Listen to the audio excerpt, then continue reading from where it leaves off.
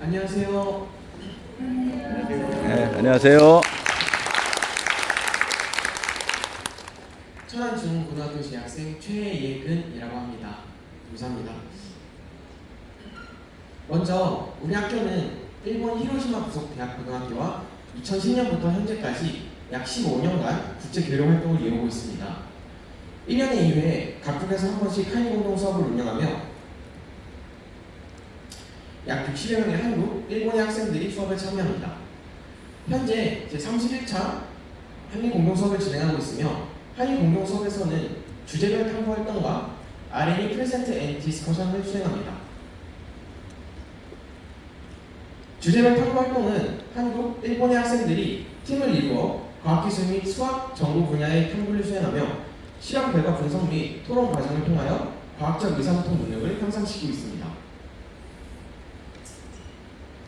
R&D 프레젠트 앤 디스커션 활동은 팀별로 자유연구 주제를 선정하여 한 학기 약 4개월 동안 연구를 수행한 후 자신들의 연구 결과를 포스터로 직접 제작하여 발표합니다. 연구 과정 및 결과에 대한 내용을 서로 질의응답하면서 관련 기술 내용에 대한 지식을 확장하고 외국어 의사소통 역량을 기르는 활동입니다. 특히 오늘 저희가 보여드릴 국제교류 사례로는 R&D 프레젠테이션 앤 디스커션이 되겠습니다.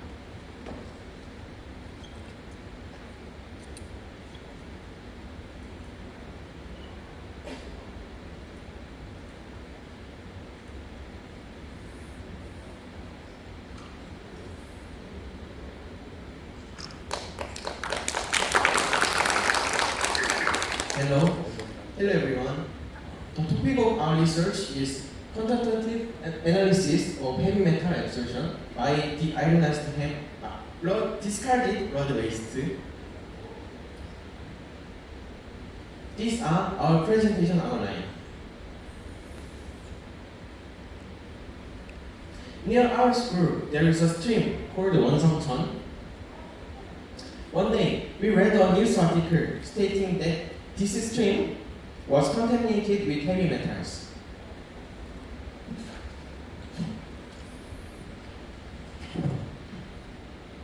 Around the same time, we also encountered another article stating that the amount of discarded blood waste was steadily increasing.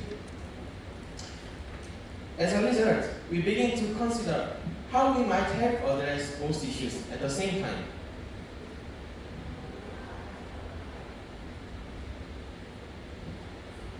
And before we proceed to the main part of our experiment, I would like to briefly explain some of the theoretical background. First, let us consider the hem. Red blood cells in the bloodstream are composed of proteins and hem. This hem contains a central ion-to-ion surrounded by a ring structure known as porphyrin.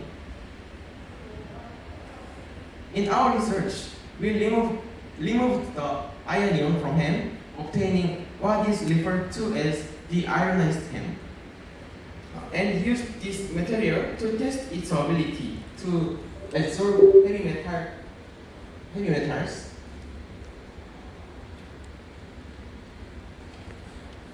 Our research was carried out over the course of 2 Korean-Japan exchange programs.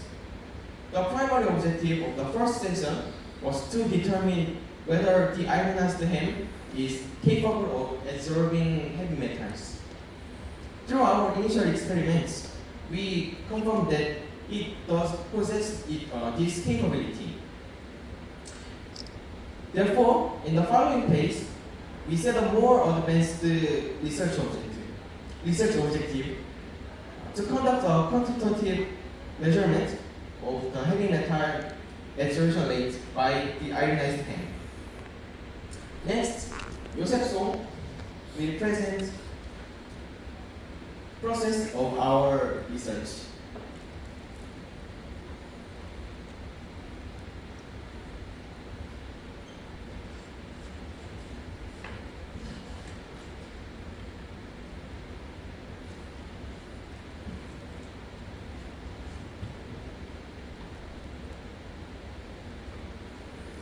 Here is our overview of our expansion procedure. First, hemoglobin is separated into its protein and hem. And then the iron EO2 was extracted from the hem, leaving behind protein structure. Using the iron's hem, we measured the adsorption rate of various matters. We selected iron from the hem and nearby matters on the periodic table. Through this, we aim to determine which factors influence the adsorption efficiency of the iron's hem. The process of obtaining the iron's hem involves several stages of stirring and filtering. The hydrochloric acid was used to remove the protein from hemoglobin. After protein removal, the remaining hem solution was treated from sodium sulfide to remove the iron to ion. The sulfide ion in solution reacted with iron to make iron sulfide precipitate, which was filtered out. The resulting iron's hem solution was mixed with standard solutions of various metals, stirred and filtered.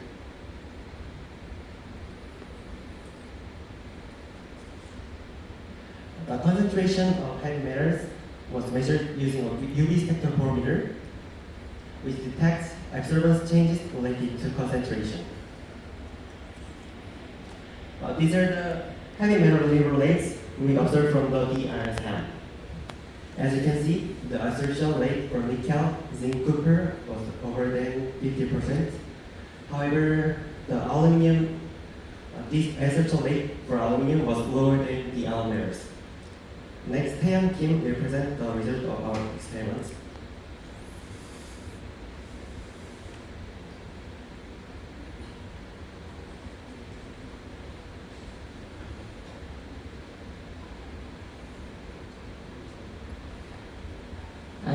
And next, through this analysis, we identified two key factors. First is the presence or absence of the orbitals in the metal ions. The number of ligands in the metal ion can bind to varies depending on whether it possesses the orbital, which in turn affects adsorption. Second is the ioning radius of the metal. Since metal ions tend to fit into the center of the polyphenol ring in a manner similar to ion to ion, metals with an ioning radius closer to that of ion to ion are more effectively absorbed. From these findings, we drew the following conclusion.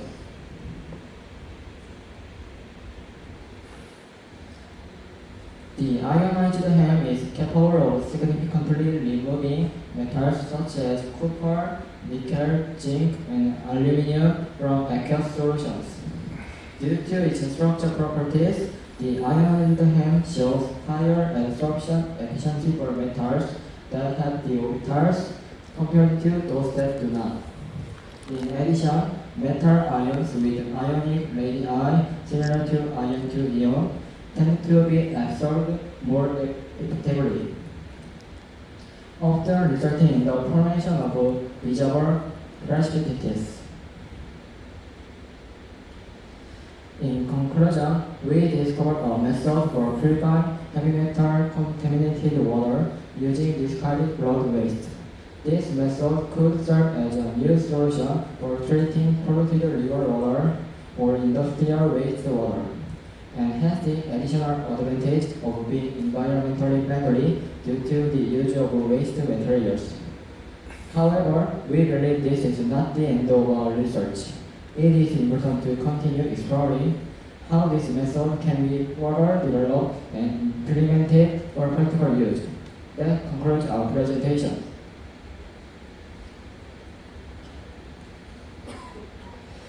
Thank you for your attention. Do you have any questions?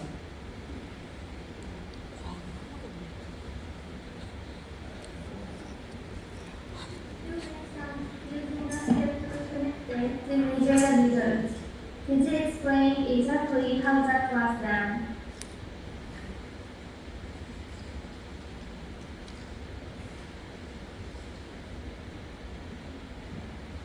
A spectrophotometer is a device that measures change in light intensity at different wavelengths.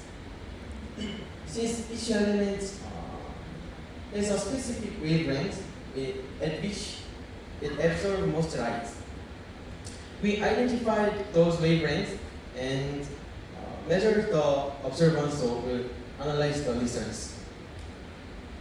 Thank you. During the exchange program, how did you determine that your state could absorb chemicals?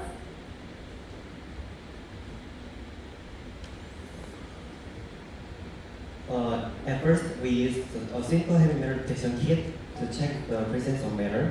However, since the kit could not work well, so we decided to focus on more analysis using UV spectrophotometry.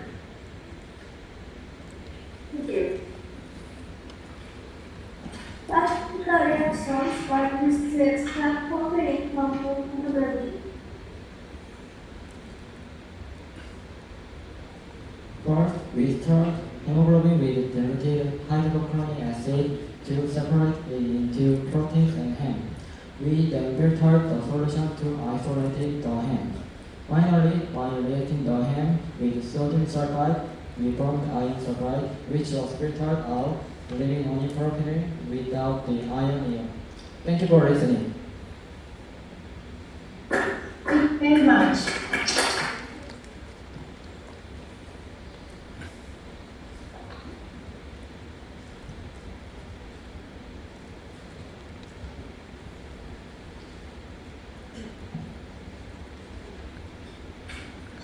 두 번째로 일본 히로시마 부속고등학교 학생들이 비루토를 활용한 고순도 실리카 추출 방법 연구를 주제로 발표하겠습니다. 실리콘의 순도는 태양 전지 효율과 수명 그리고 전기적 안정성에 영향을 미칩니다. 이 연구는 고순도 실리콘을 추출하는 방법을 제안하는 내용입니다.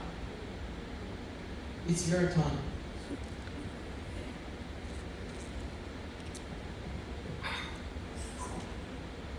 Hello. Here is statistical extraction from the measures as.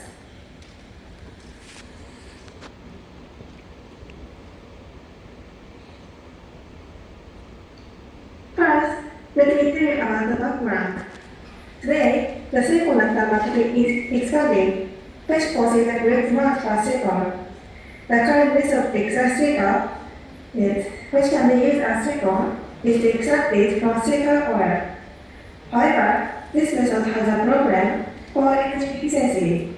So, our concept is to extract silicon from the precious earth using chemical reactions. Chemical reactions use less electricity.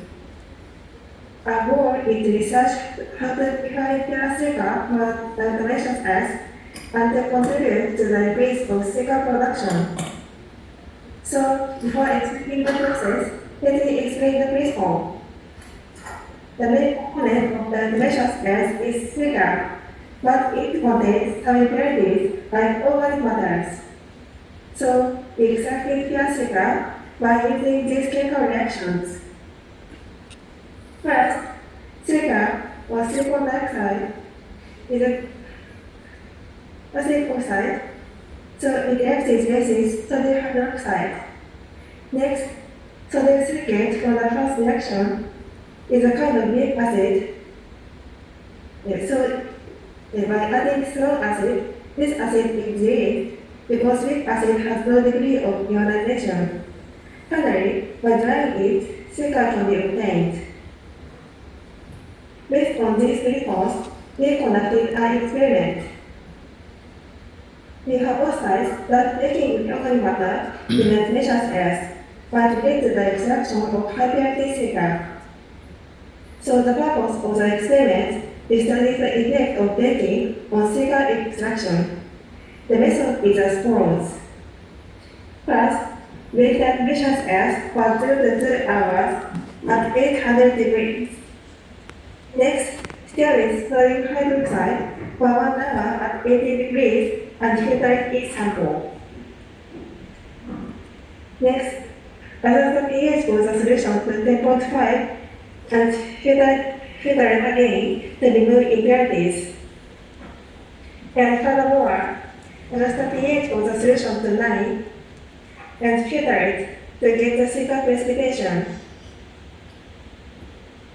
Then, add hydrochloric acid to the solution. Add the hydrochloric acid to the silica precipitation and stir for 1 hour. This step is called acid leaching. This step aims to remove impurities such as iron by taking advantage of the fact that those substances unite easily while silica does not. And moreover, adjust the pH to 9 with sodium hydroxide and filter again. Finally, repeat the acid leaching process and adjust pH to 9. Then, we can get high purity silica. Then, here is the result.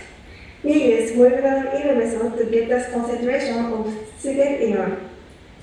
The concentration gives us some indication of the purity of silica, so it helps us to identify the need for a heating process. Our current progress is as follows. The concentration of silicate ion at the time of step 2 was 0.104 mol per liter. Silica extracted from wet precious gas was colorless. Acid leaching made the silica colorless. From this result, the color of the baked sample was whiter than a baked one. We thought that many patterns colored them because color disappeared when they were baked. So we suggest that baking process is effective for the purification of silica. Also, we discussed that the analysis method did not measure silica concentration well. As soon as it went 0 to 1, and when the value appears around 0.5, we can obtain accurate result. The value we got was too low. So we could not conduct a complete numerical comparison. The data suggests that silica may not be present in the dry sample, or silica may be present, but it is not present as silicate ions in the solution. It must be a chloride. Finally, let me tell you about 3 prospects. First, since we have already been able to compare baked silica with unbaked silica, we would like to find the accurate relationship between baking time and purity by varying baking time among 1 hour, 2 hours, 3 hours, and so on. Second, as mentioned in the discussion, we would like to find a way to reliably dissolve silicate ions in powder sample. Third, we would like to analyze the composition of purified silica by X-ray diffraction to determine specific composition of the silica and to confirm the validity of each procedure of the experiment. Our references are here. That's all for my presentation. Do you have any questions?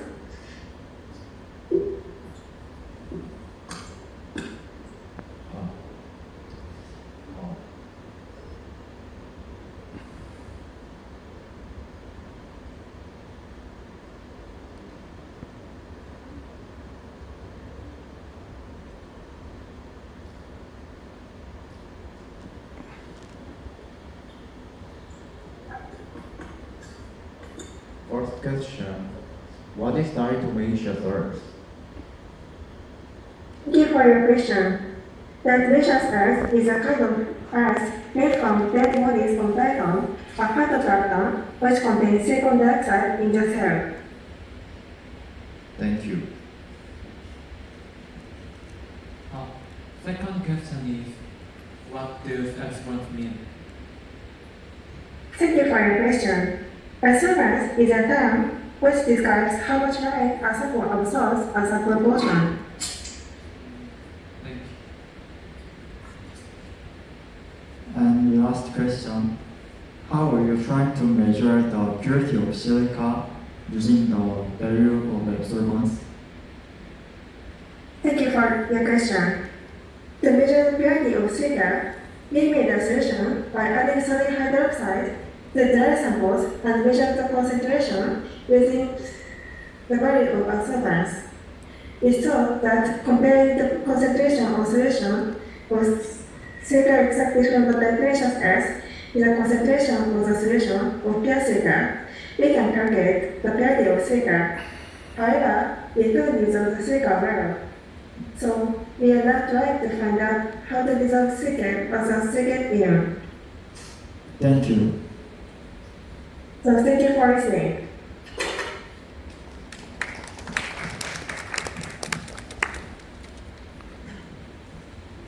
감사합니다. 세 번째로 천안중앙고등학교의 학생들이 바이오 디젤의 제작 및 시사점을 주제로 발표하겠습니다.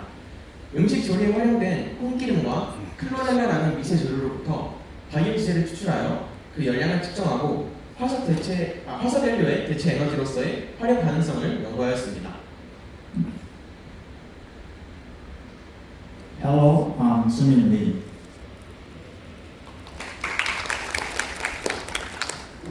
Let me begin my presentation. Have you ever heard of biodiesel? Our team's topic is an experiment to produce eco-friendly biodiesel.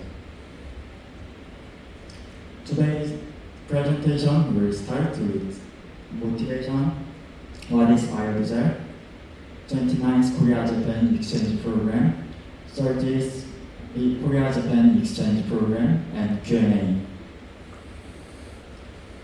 The reason we choose this topic is because our society recently focuses on the environment. So we wanted to find out the possibilities and prospects for eco-friendly fuels. Then what is the biodiesel? It is diesel fuel made from vegetable or animal oil. It is similar in structure to diesel, and it is used mixed with diesel at a level of 3 to 10%.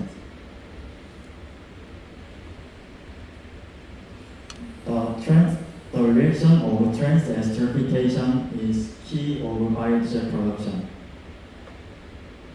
Triglyceride reacts with ethanol to produce glycerol and biodiesel. The key ingredients are pure water, ethanol, sodium hydroxide, and cooking oil.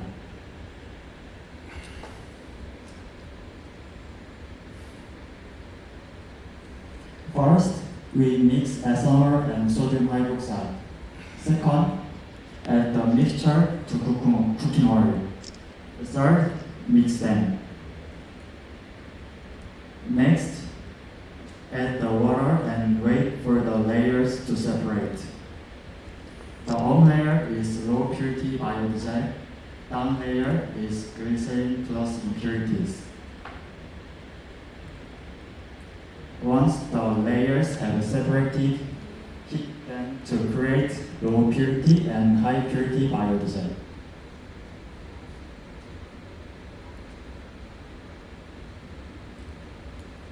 Next is calorie measurement. The calorie measurement formula is as follows.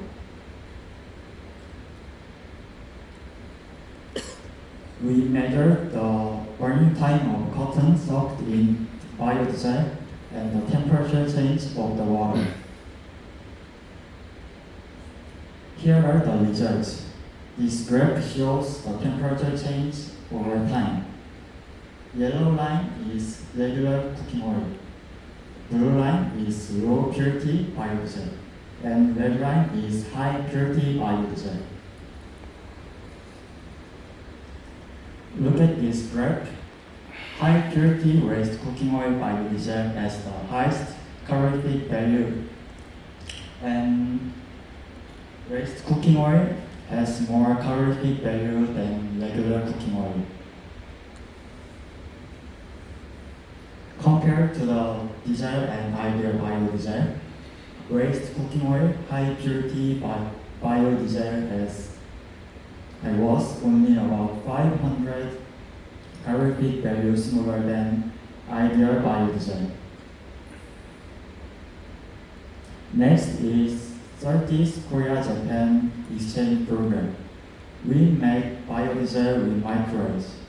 Microalgae is third generation biomass. First, we cultivate chlorella one of the microbes. When microbes meet chloroform, their cell walls are destroyed and triglycerides are released. Then we went through the same process as making biodiesel. As a result, we obtain a thin layer of biodiesel, but the amount is very small. So is there mere biodiesel? The reason we thought of it as biodiesel is because the amount of biomass ranges from 3.08 gram per liter to 4.24 gram per liter. When you watch this video, the top is on fire. And then the fire went out when all the oil burned out.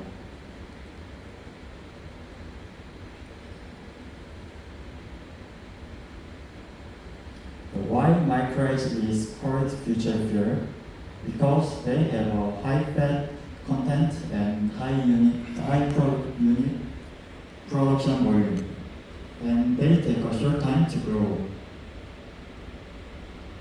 Thank you for listening to this presentation. We will take a moment to adjust the screen.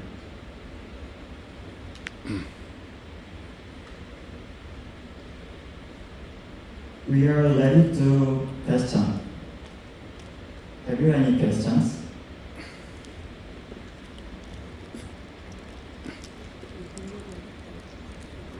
Why waste cooking oil biodiesel has a higher calorific value?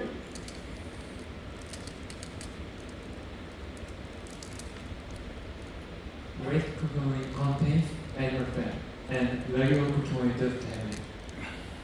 Animal fat has a different structure from vegetable oil. It has more carbon-hydrogen bond.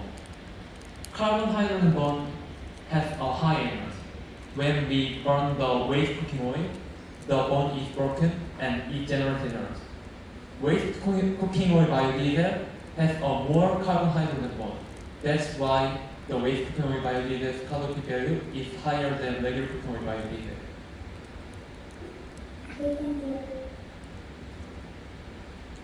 What kind of background is it used and how did you use it?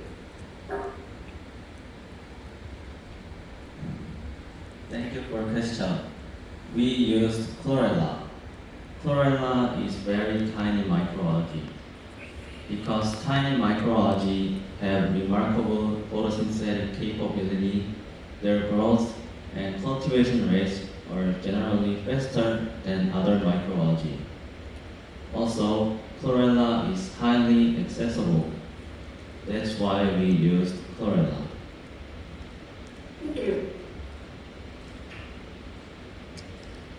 Is it still worth producing biodiesel even though it may cause air pollution?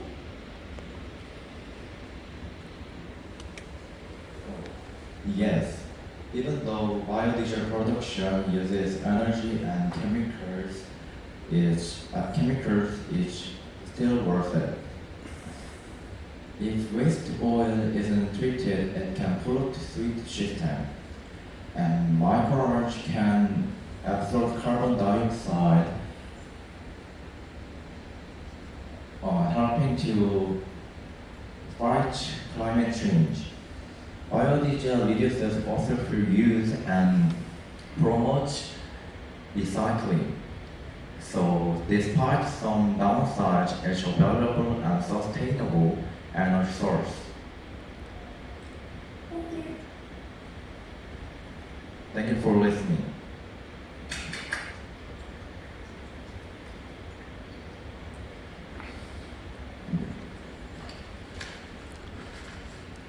땡큐. 감사합니다. 네 번째로 일본 히로시마 부속고등학교의 학생들이 놀이공원에서 최적의 경로를 찾는 알고리즘의 연구를 주제로 발표하겠습니다. 최소 이동거리로 놀이기구를 최대한 많이 체험하는 방법을 알고리즘으로 구현하여 놀이공원 이용 만족도를 높이는 방법을 연구하였습니다. It's your turn.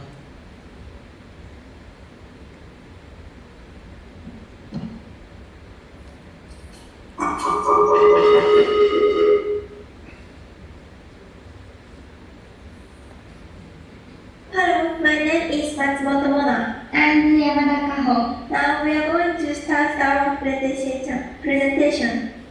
Today, about 1 billion people visit theme parks around the world per year. So we have to wait for a long time to ride attractions. USJ Universal Studio in Japan is one such example. We started our research with the idea of proposing an optimal circuit. This would allow people to ride more attractions.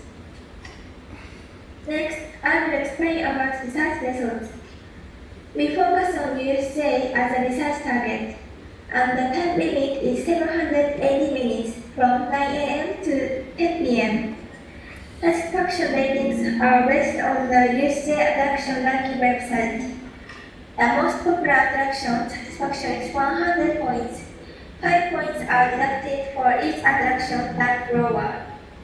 Waiting time data for May 2024 was used because it was thought to be less affected by long holidays and the rainy season. The distance between the attractions was calculated using the map. This figure shows the result. The red dots are USJ attractions, and the number in the red circles indicates satisfaction rankings. The blue dots are restaurants. There are 70 attractions and 9 restaurants. Next, we explain the calculation methods for calculating the best rate. We use two calculation methods: dynamically programming (DP) and linear programming (LP). DP is a method that solves a large problem of finding the best route by breaking it down into smaller programs and solving them. In addition, this program successfully considers meals by varying meal times and satisfaction depending on the time of day. Then LP is a method that can maximize the value of the objective function, satisfaction. In this case, we used CPLEX, which has been used in many survey studies to calculate this. LP CPLEX is a calculation software that can find an approximation of the maximum satisfaction. However, the free version of CPLEX that we use could not handle more than 1,000 variables or constraints, so it was not possible to consider restaurant satisfaction dynamically. We believe that if the number of variables can be reduced to less than 1,000 by improving the method of variable selection, we can make more accurate calculation with CPLEX. The results are calculated by inputting data of waiting time, satisfaction, and distance between attractions into the two programs. The programs were first programmed with only these three conditions, and then considered meal times and divided waiting time into three categories: morning, afternoon, and evening, to take advantage of the fact that waiting time is shorter in the morning and at night. Next, I will explain the result and considerations. The first is the result of using DP. I will show you the route.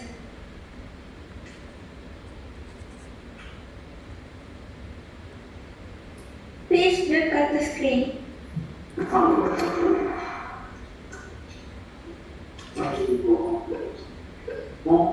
L1 area.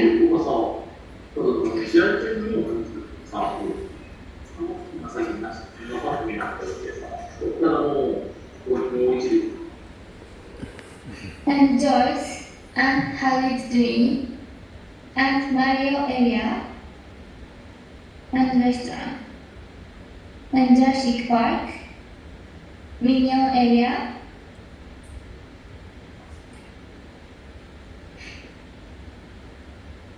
and Harry Potter,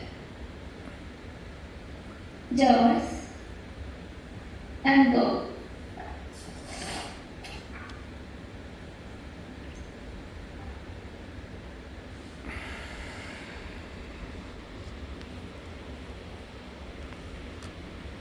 The program of DP was able to maximize the use of the 780-minute time limit. visiting 14 attractions and 2 restaurants, and maximizing overall satisfaction. Next is the result of using LP. I'll show you the route.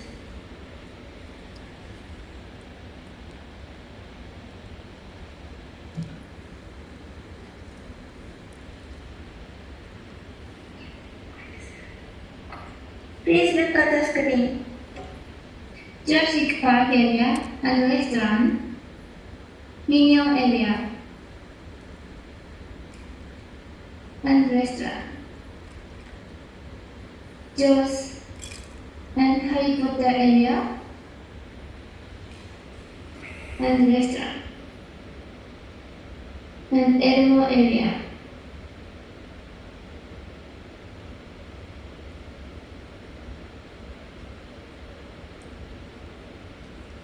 And go.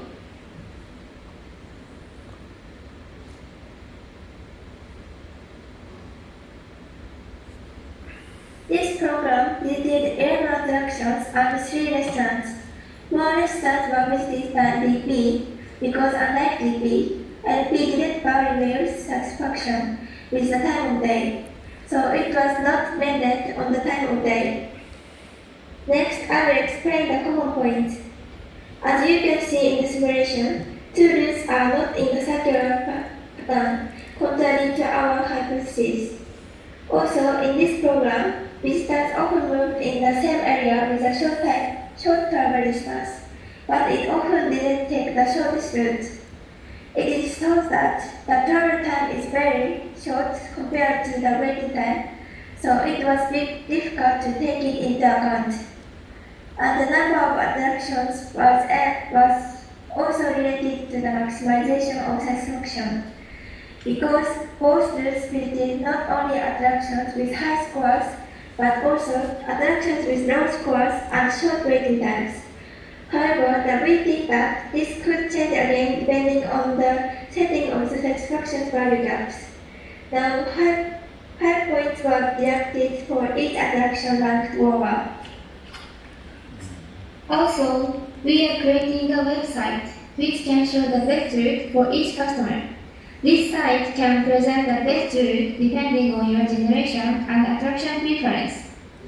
Finally, we want to calculate method closer to the actual patrol situation. So we want to consider the satisfaction value gap, weather, and each customer's age and preference. At last, we would like to continue our research and make the site practical. Ignorances are as noted. This concludes the presentation of our research. Do you have any questions or comments?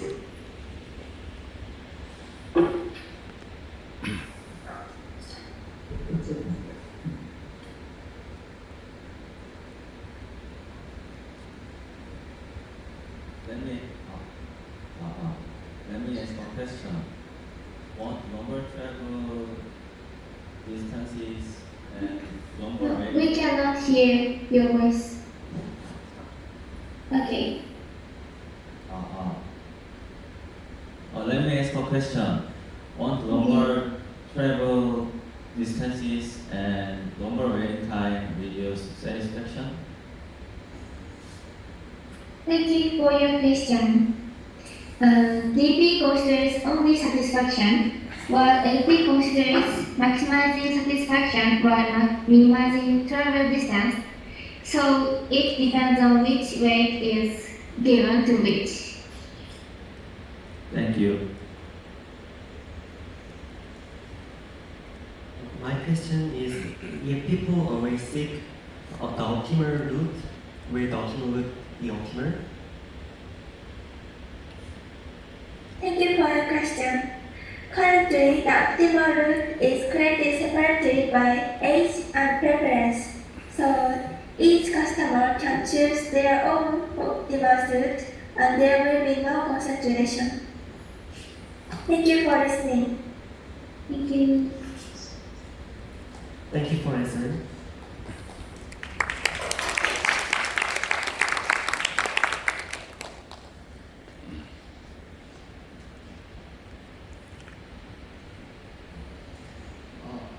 이번 국제교육 포럼에서 한일공동수업의 활동 사례를 소개할 수 있어서 매우 뜻깊었고 그동안의 저희의 경험을 돌아볼 수 있었던 아주 값진 시간이었다고 생각합니다. 이러한 국제교류 활동이 앞으로도 지속적으로 확대되어서 학생들의 국제적 감각과 포용력 하나는 물론 과학기술 분야의 이런 상호협력적인 관계 형성에 든든한 밑거름이 될 수 있기를 기대합니다. 감사합니다.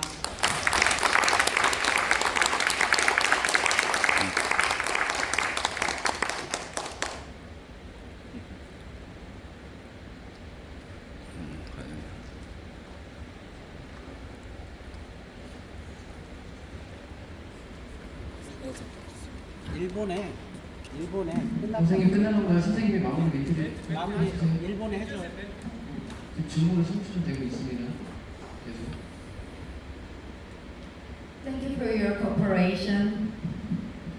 So we will finish the, this project. Thank you. Thank you so much. Thank you very much.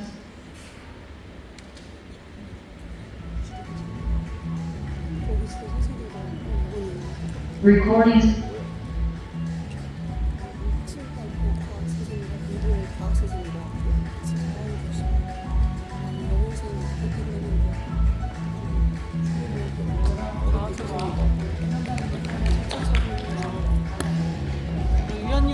예. 그래.